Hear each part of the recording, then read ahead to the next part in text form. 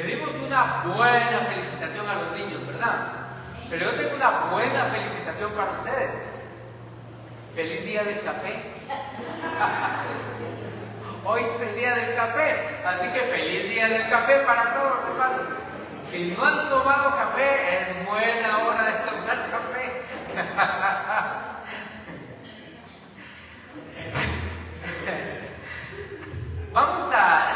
Quiero iniciar una serie de sermones en relación a la primera carta del apóstol Pedro. Pedro es una carta interesantísima. Pedro está siendo escrita por el apóstol Pedro. Él se identifica plenamente en la carta cuando él habla que él está escribiendo esa carta. Es una carta que está escrita a lo que los teólogos, los eruditos le llaman la diáspora. Eso significa a todos aquellos hermanos cristianos que están fuera, que han sido expulsados en ese momento de Roma, porque ha habido una persecución severa en contra del cristianismo. La persecución ha sido por el emperador Nerón, que fue una de las persecuciones muy groseras, hermanos. Fue una persecución terrible, pero que no fue una persecución en todo el reino, no fue una persecución universal, fue una persecución local, nada más en Roma. Y los hermanos tuvieron que salir porque había una condena directa sobre todos los creyentes, todos los cristianos estaban siendo amenazados de muerte. ¿Por qué razón? Nerón era un tipo, ¿qué decir? Perdónenme los locos, pero era loco, y con perdón de los locos. Pero era un tipo malo, encima de loco era malo, era terrible. Él se creía un dios, se creía inspirado, porque según él era una divinidad. Así que todo el mundo le tenía que rendir culto como divino, como Dios. Y eso fue uno de los primeros problemas en contra de los cristianos, porque los cristianos jamás se doblegaron ante el emperador Nerón. El otro problema fue que, según algunos historiadores, dicen que Nerón quiso inspirarse en un poema, y el poema que él quiso inspirarse para que los dioses le dieran, porque se había secado de su inspiración, decidió quemar Roma. Aunque no es un dato histórico del todo comprobable que Nerón haya quemado Roma, muchas evidencias sí dicen que fue Nerón el que mandó a incendiar Roma. El problema fue de que todo el mundo se le vino encima a Nerón, obviamente, ¿no?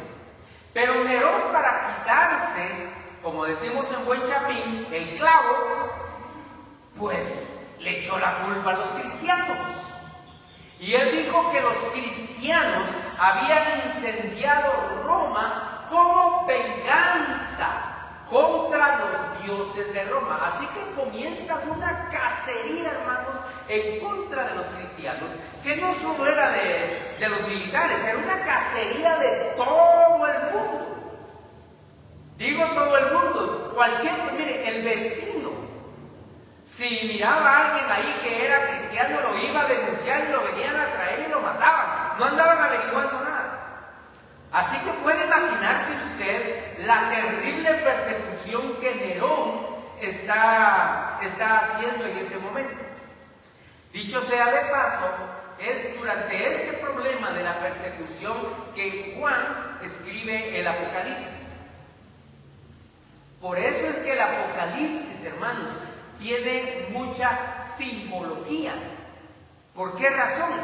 Porque no querían que el Apocalipsis fuera entendido por el gobierno romano.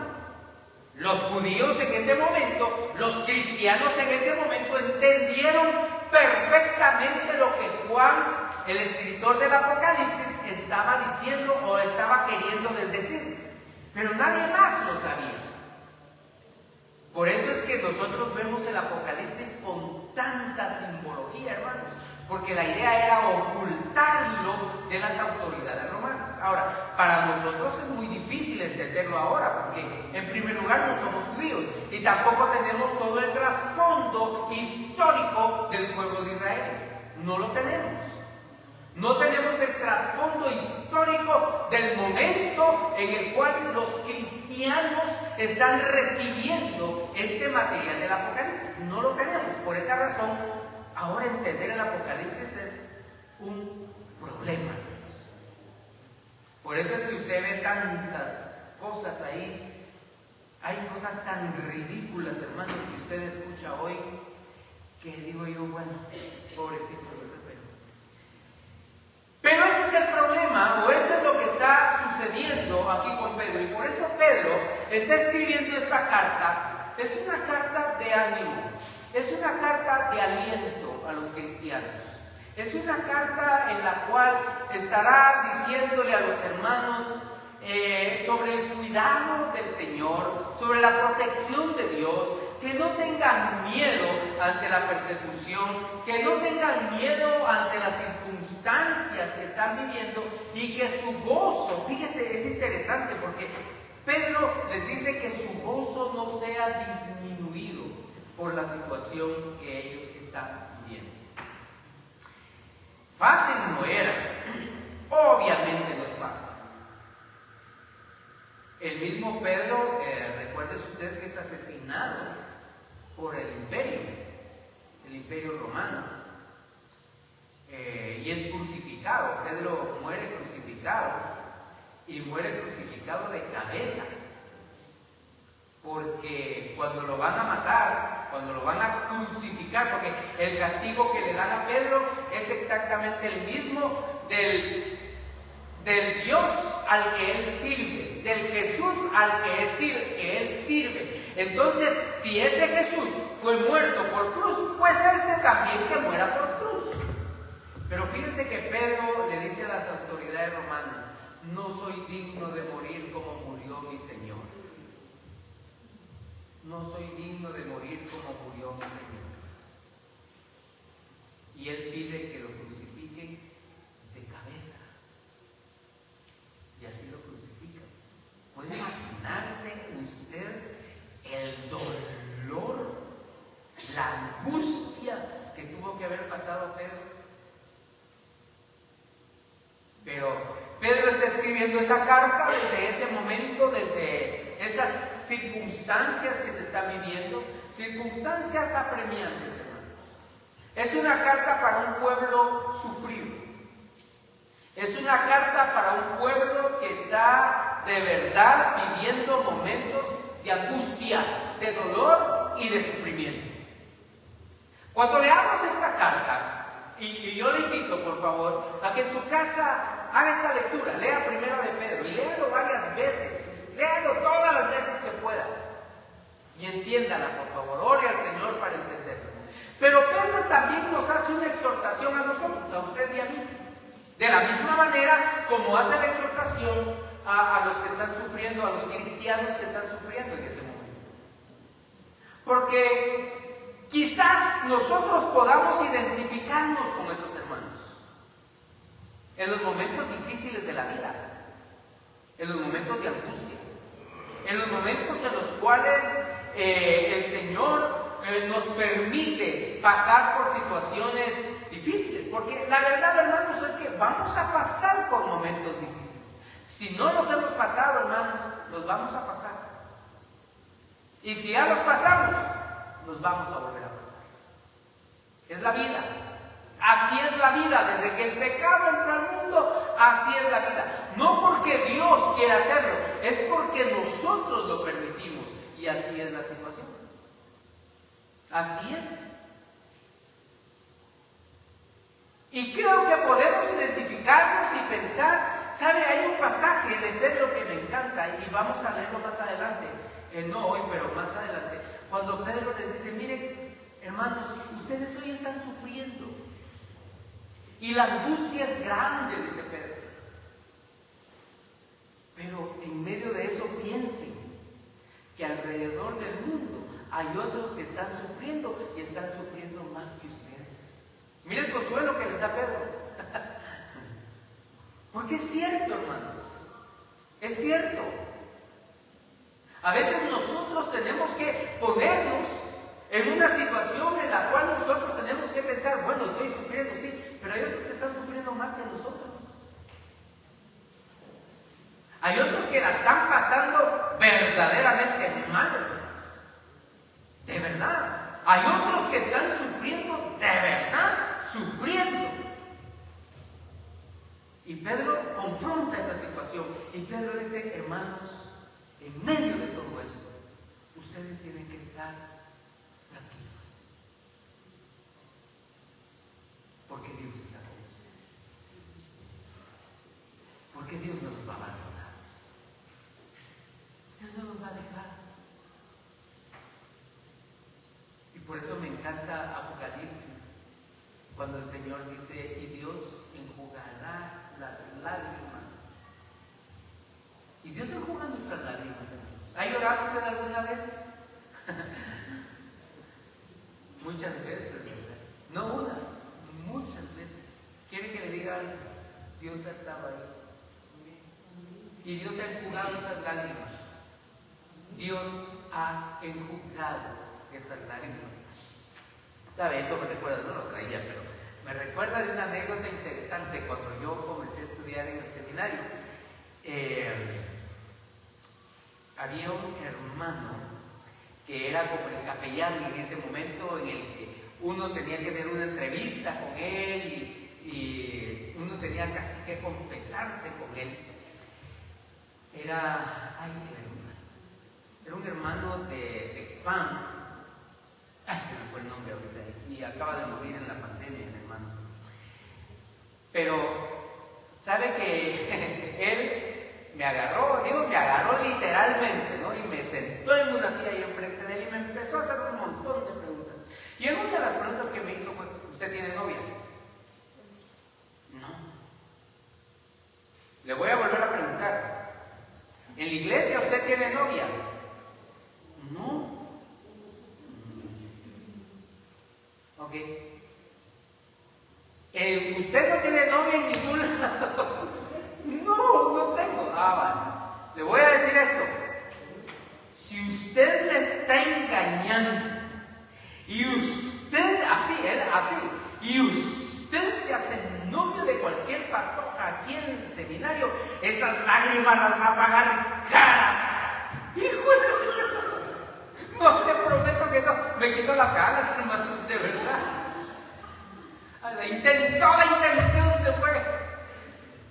Pero es cierto, miren, es cierto en el sentido de que las lágrimas que nosotros como creyentes lloramos por cualquier circunstancia de la vida, el Señor está ahí. Max Pérez, famoso Max Pérez. Digo famoso, no sé si lo conocieron o no lo conocen, pero Max Pérez era toda una institución, ¿no? Era un buen hermano. ¿Sabe cómo le decían a uno? Qué lindo hermano. Un lindo hermano, Max. Pero, de verdad, hermanos, vamos a la palabra, por favor. Primera Pedro, capítulo 1. Vamos a leer primero los primeros 3 versículos. Mire la introducción que da Pedro en estos primeros 3 versículos. Dice, a los elegidos, extranjeros dispersos por el Ponto, Galacia, Capadocia, Asia y Bitinia, según el conocimiento previo de Dios el Padre, mediante la obra santificadora del Espíritu, para obedecer a Jesucristo y ser rociados con su sangre, que abunden en ustedes la gracia y la paz. Bendito sea Dios, Padre de nuestro Señor Jesucristo, por su gran misericordia. Nos ha hecho nacer de nuevo mediante la resurrección de Jesucristo ¿qué? Una esperanza, ¿cómo? ¿Cómo? Viva.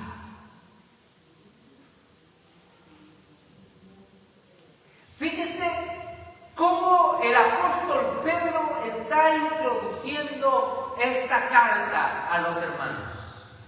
Primero dice, fíjese cómo entra Pablo en Pedro, a los elegidos. A los elegidos. ¿Qué dice la versión 60? ¿Alguien tiene la 60 ahí? Yo estoy leyendo de la NBI. El 1. A los expatriados. ¿Qué más dice? De la dispersión.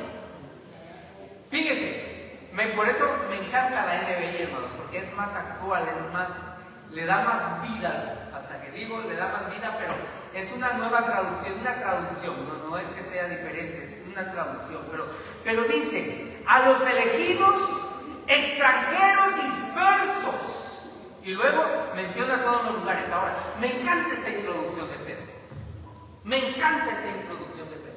porque él está escribiendo directamente a una iglesia cristiana, cristocéntrica. Está escribiéndole a los hermanos que han sido dispersos por todo el mundo, Pero me encanta cómo les llama, a los elegidos. ¿Se da cuenta de eso, hermano? Fíjese lo lindo de este concepto, de esta idea de Pedro para los hermanos, que es exactamente lo mismo para nosotros, para usted y para mí. Usted y yo hemos sido ¿qué? Elegidos por el Señor.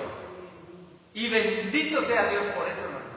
Somos elegidos, nosotros somos los elegidos de Dios. ¿Por qué? Porque somos la iglesia de Cristo, redimidos. Me encanta el concepto de Pedro aquí que dice, rociados con la sangre de Cristo. Eso significa bautizados en la sangre de Cristo. Gloria a Dios por eso, hermanos.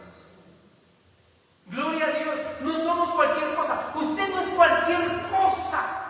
Usted no es cualquier persona, por favor. Piense en eso todos los días de su vida. Usted no es cualquier persona. Es elegida de Dios. Creador y sustentador de todas las cosas. Ese es nuestro Dios. Es nuestro Padre Celestial. Y bendito sea Dios por eso. Es hermoso. Somos elegidos. Eso quiere decir que había muchos y de entre esos muchos el Señor dijo, a ver, venga para acá, usted. Eso es una elección. Ahora va a ver cómo es esa elección. No es que Dios, por favor, tome nota de esto. No es que Dios sea malo, que sea perverso, que hay una teoría teológica que dice que Dios escogió a unos para vida y escogió a otros para muerte. No es cierto, hermanos. No es lo que la Biblia enseña. Ahora, cuando habla de escogidos, usted va a ver a qué se está refiriendo el apóstol Pedro. Oiga, dice, bueno, a estos que son elegidos, que fueron dispersos por el Ponto, Galacia, o sea, por todo el mundo. Ahora oiga esto, según el conocimiento previo de Dios el Padre. ¿Qué significa eso del conocimiento previo? ¿Que Dios ya nos conocía antes? Sí. ¿Y que Dios nos dio la oportunidad de recibirle a Él? Sí. El hecho que Dios nos conoce, el hecho de que Dios sabe quiénes somos nosotros y sabe quiénes somos del mundo, el hecho que Dios nos conoce nos garantiza a nosotros que somos los herederos de la vida eterna. Es la garantía, el conocimiento previo de Dios. O sea que Dios nos conocía de antes. Dios sabía de antes que usted y yo íbamos a tomar la decisión de seguirle a Él, de servirle a Él. Dios desde antes sabía eso de usted y de mí. ¿Se da cuenta de esto? Esto es hermoso, hermanos. Es hermoso porque nos hace ver a nosotros que somos hijos de un Dios todopoderoso, que sabe y conoce todas las cosas, todas las cosas. Dios de antemano ya sabía quiénes éramos nosotros. A mí me encanta cuando dice la palabra del Señor que Dios nos conoce de tal manera que hasta los pelitos sabe cuántos tenemos. Y se nos van cayendo, pero Él dice, bueno, ya se los desconté. O sea, eso nos habla del conocimiento de Dios sobre nosotros. Cómo Dios nos conoce. Dios sabe lo que somos. Entonces, fíjese la calidad de la salvación que Dios nos ha dado. Que aún conociéndonos, sabiendo cómo éramos, sabiendo quiénes éramos, nos amó. Nos amó. ¿Por qué digo aún? Porque, hermanos, no somos los mejores. Bueno, hablo por mí. Yo sé que usted sí, pero yo no. Si Dios me hubiera salvado por lo que sabe de mí, hermano, jamás me hubiera salvado. De verdad, yo se lo confieso, hermano. Mire, yo soy un pecador. Discúlpeme si usted pensó que yo era santo.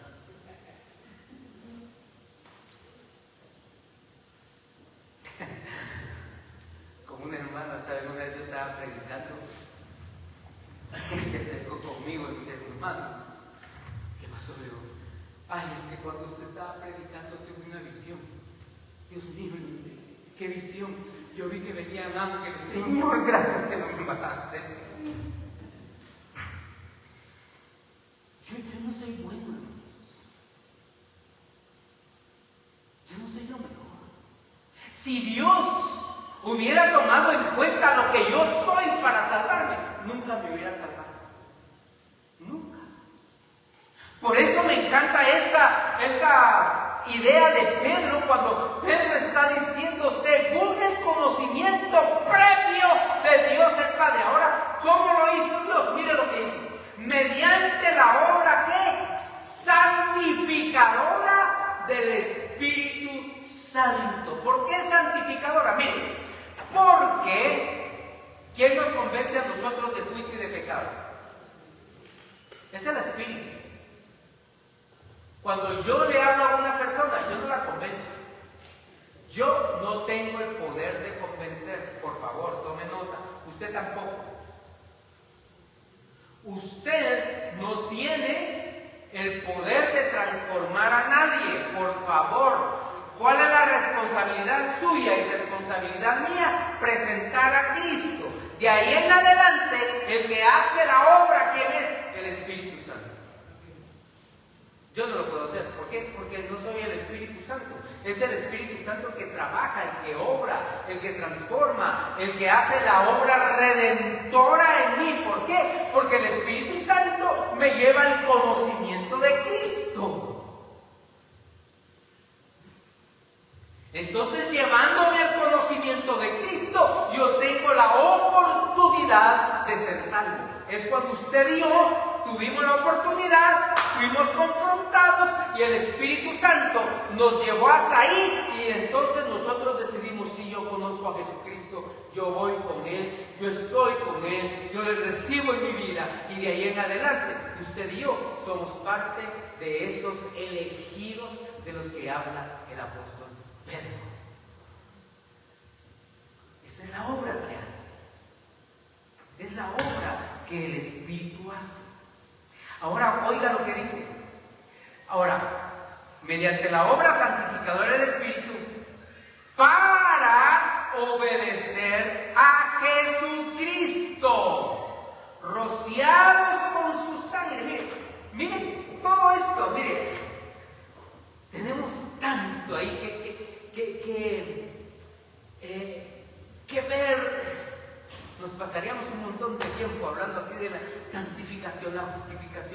palabrotas que hablan los teólogos, que a ellos les gustan esas palabrotas.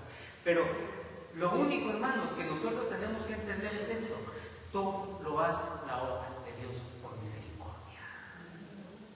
Y que tuvo tanta misericordia de nosotros que llegamos al conocimiento de Cristo. Por eso dice el apóstol Pedro aquí: mediante la obra santificadora del Espíritu, para obedecer a Jesucristo y ser rociados con su sangre. No hay salvación fuera de Cristo. No hay salvación fuera de Cristo. Entonces, fíjese, me encanta esto. ¿Sabe por qué? Porque Pedro está presentando a la Trinidad, obrando en su totalidad en favor nuestro. En favor nuestro. Así es como sabe obrar Dios. Así es como obra la Trinidad en nosotros. Entonces, hermano, mire, ¿cómo eso me ayuda a mí? ¿Cómo eso me motiva a mí? Fácil. Digo fácil. Porque entonces toda esta obra, el Señor la hizo con un propósito. ¿Cuál fue el propósito de Dios? Número 1, salvarnos, obviamente. Y número 2, para que usted y yo aprendamos a vivir de acuerdo a los postulados cristianos, de acuerdo a la palabra del Señor, de acuerdo a la Biblia, de acuerdo a la Biblia, de acuerdo a lo que el Señor nos enseña. Que usted y yo seamos capaces de ser ejemplo en cualquier lugar donde estemos.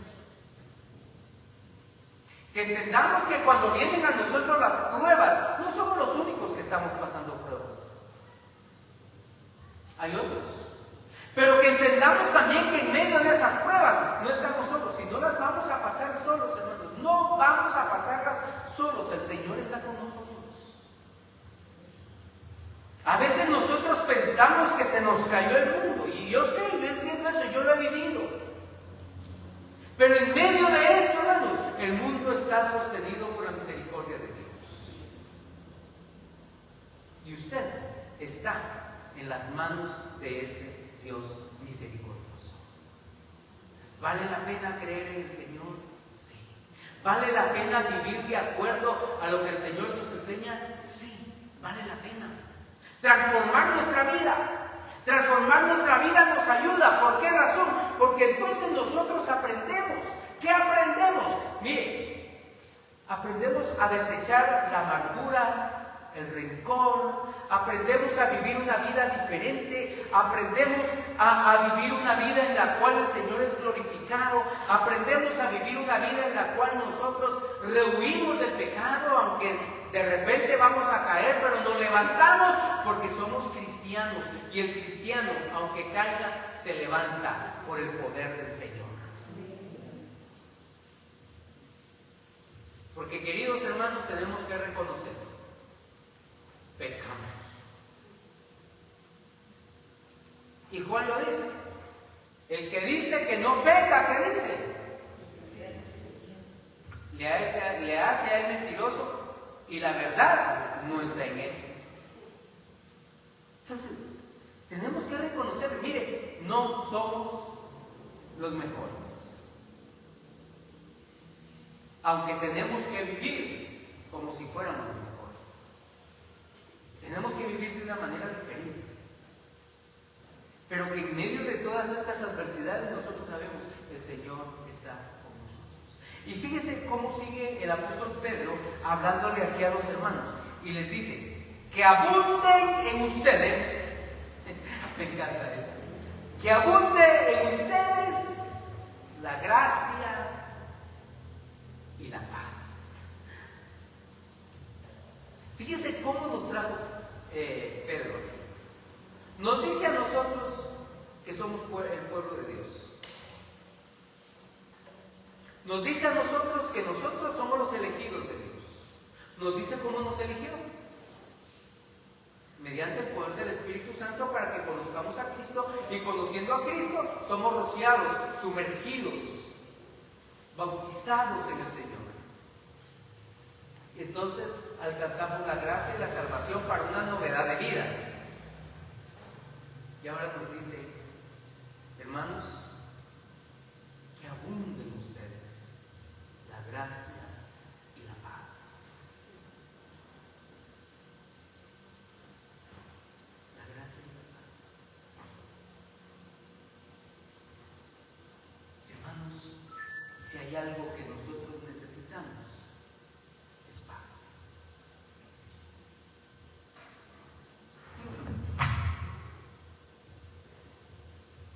Vivir en paz, vivir tranquilos, no vivir en zozobra. Y tenemos que aprender a confiar en el Señor en todo, hermano, en todo, de verdad en todo. Toda la vida puesta en el Señor.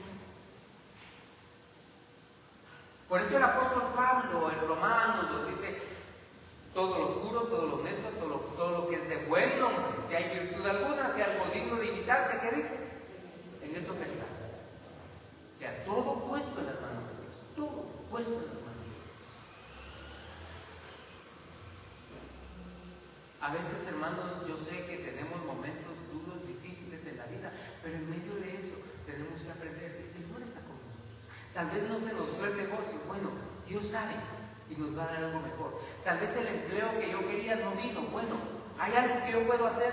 Si hay algo que yo puedo hacer, bueno, voy a hacerlo en el nombre de Dios. Si no hay nada que yo pueda hacer, bueno, sigo confiando en el Señor y las cosas van a mejorar. Van a mejorar, hermanos. Van a ser diferentes. Por eso es que Pedro nos dice que la gracia y la paz abunden en ustedes, porque nos está llamando a una vida de confianza plena en el Señor. Una vida de confianza plena en el Señor. Termino con esto. Versículo 3. Me encanta porque fíjense que después de llevarnos a todo esto, el apóstol Pedro, según los eruditos, dice: Pedro va a terminar su saludo con una gran doxología. Doxología significa una gran alabanza a Dios. Porque después de decir todo lo que dijo, el apóstol Pedro no tiene otra opción más que decir: de verdad, qué cosa lo que Dios ha hecho con nosotros. Y termina dando una alabanza al Señor y dice: bendito sea Dios, Padre de nuestro Señor Jesucristo, que por su gran misericordia nos ha hecho nacer de nuevo mediante la resurrección de Jesucristo de entre los muertos. ¿Para qué? Para que tengamos una esperanza viva. ¡Ja! Gloria a Dios. Bendito sea Dios y Padre de nuestro Señor Jesucristo. ¿Por qué? Porque por su gran misericordia nos ha hecho nacer de nuevo mediante la resurrección de Cristo de entre los muertos, para que tengamos una esperanza viva, o sea, una esperanza efectiva, una esperanza audaz, una esperanza real. ¿Esperanza en qué? Dios está con nosotros. ¿Una esperanza real de qué? De que tenemos una vida eterna, una vida real, una vida maravillosa. Que como dice el apóstol Pablo, aquí en este mundo somos no más que peregrinos, estamos peregrinando en este mundo, pero mientras vivamos en este mundo, tenemos que aprender a vivir de acuerdo a la gracia de Dios, a la misericordia de Dios, a la confianza en el Señor y a la fe en el Señor.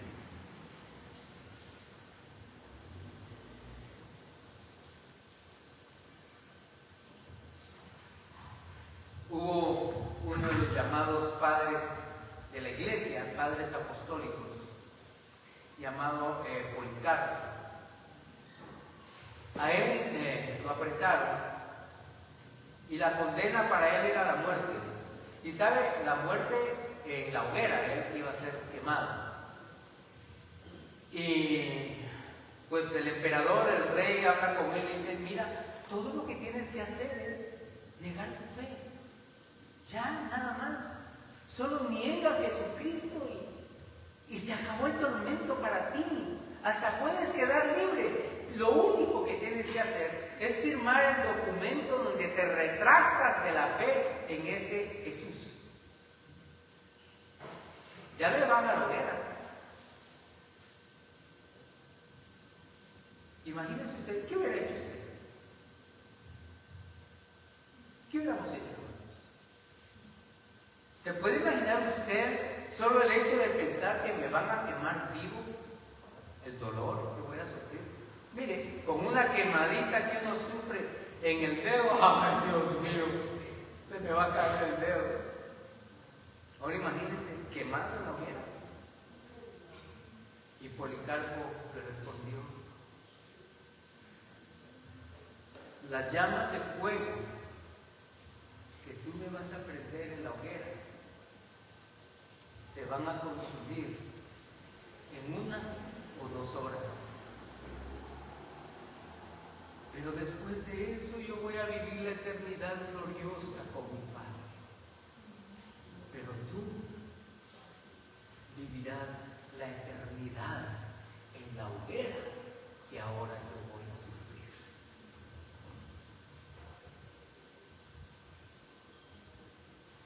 Y murió quemado. Pero tenía tanta razón. Esa es la esperanza viva. Esa es la esperanza real.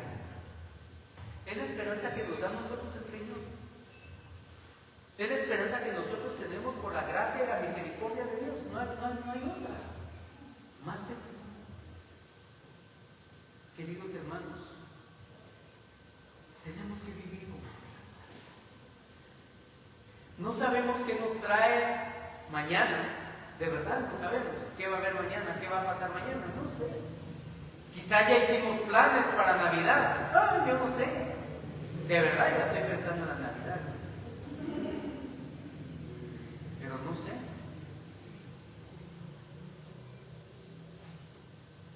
No sé qué va a pasar el año entrante. No sé qué va a pasar con el nuevo gobierno. No sé. Hay tantas cosas que se dicen a favor y en contra, ¿no? Yo no sé qué va a pasar. Pero hay algo que yo sí sé. Mi Padre sigue en control. Y mi Padre me dice: confía. Seguimos en esa esperanza. Una esperanza viva de Dios. Una esperanza real. Una esperanza poderosa. ¿Por qué? Porque el que nos da la esperanza es poderoso. Es el único Dios, Señor. Es nuestro único Padre. Bendito sea el Señor. Siéntese conmigo. Padre bueno, Señor. Dios Santo, esta mañana, Señor, llegamos delante de ti, Señor, diciéndote muchas gracias por tu palabra, Señor, que nos edifica, tu palabra, Señor, que de verdad, Señor, nos penetra en el corazón. Gracias porque nos das esperanza, gracias porque tú, Señor, nos compraste, gracias porque tú nos llamaste para ser tus hijos. Muchas gracias, Señor. Muchas gracias. Señor, hoy nosotros nos ponemos, Señor, en tus manos. Señor, con la confianza plena y segura que tú estás ahí, que estás con nosotros, que estás en nosotros, que jamás tú nos vas a dejar, nunca nos vas a desamparar, sino que por el contrario, Señor, por el contrario, estarás con nosotros todos los días de nuestra vida. Gracias por esa esperanza gloriosa, no solo para mañana, no solo para el futuro, sino para nuestra vida hoy aquí, Señor. Tenemos esperanza que las cosas serán mejores, que son mejores, porque tú ya estás obrando. Gracias, Padre. Hoy nos acercamos, Señor, a la mesa para recordar ese momento, Señor, que tú pasaste, que fue difícil, que fue duro. Y nos enseñaste mediante eso, Señor, que tú, en tu resurrección, nos capacitas a nosotros, Señor, hasta que lleguemos aquel día a tu presencia y estemos contigo para siempre. Gracias, Padre. En el nombre de Jesús. Amén. Hermanos diáconos, por favor, si quieren pasar conmigo.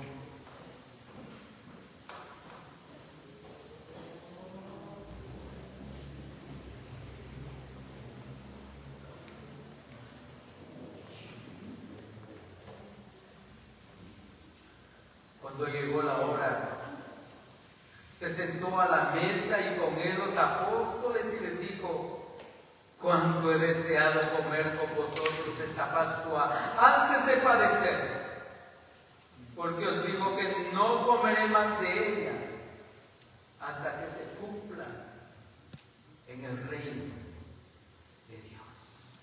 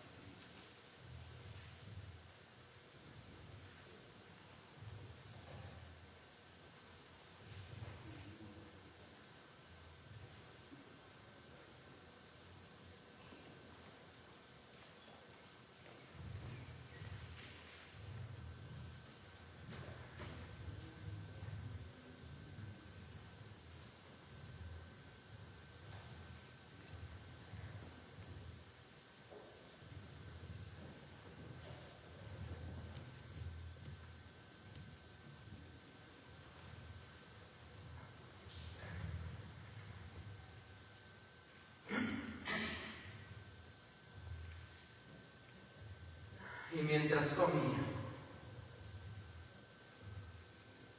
tomó el pan y habiendo dado gracias, lo partió diciendo: esto es mi cuerpo que por vosotros es dado.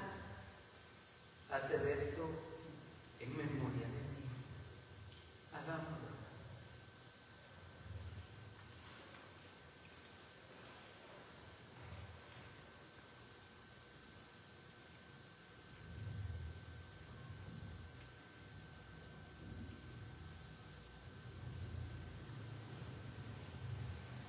Gracias, Jesús, porque por tu muerte,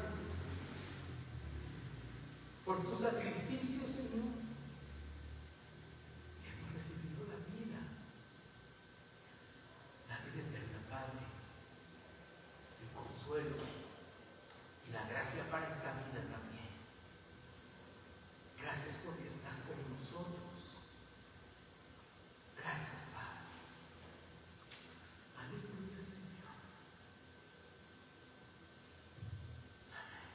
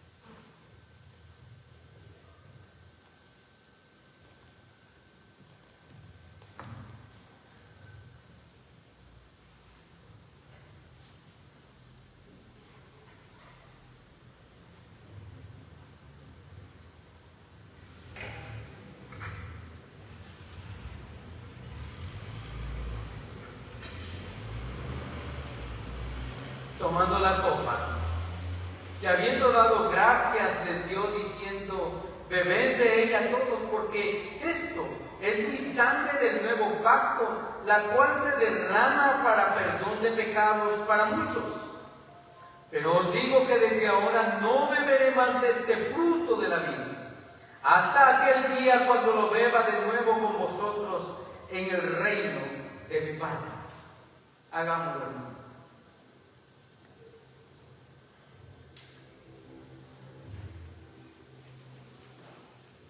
Porque yo recibí del Señor la enseñanza que también os he transmitido, que el Señor Jesús, la noche en que fue entregado como pan, y habiendo dado gracias, lo partió y dijo: tomad, comed, esto es mi cuerpo que por vosotros es partido, haced esto en memoria de mí. Asimismo, tomó también la copa después de haber cenado y dijo: esta copa es el nuevo pacto en mi sangre. Haced esto todas las veces que la bebáis en memoria de mí. Todas las veces que bebáis, que comáis este pan y bebáis esta copa, anunciáis la muerte del Señor hasta que Él venga. Y Él vendrá, vendrá, y estaremos para siempre con el Señor. Dice Mateo, luego de cantar el himno, salieron. Nos ponemos de pie, terminamos un himno más y estaremos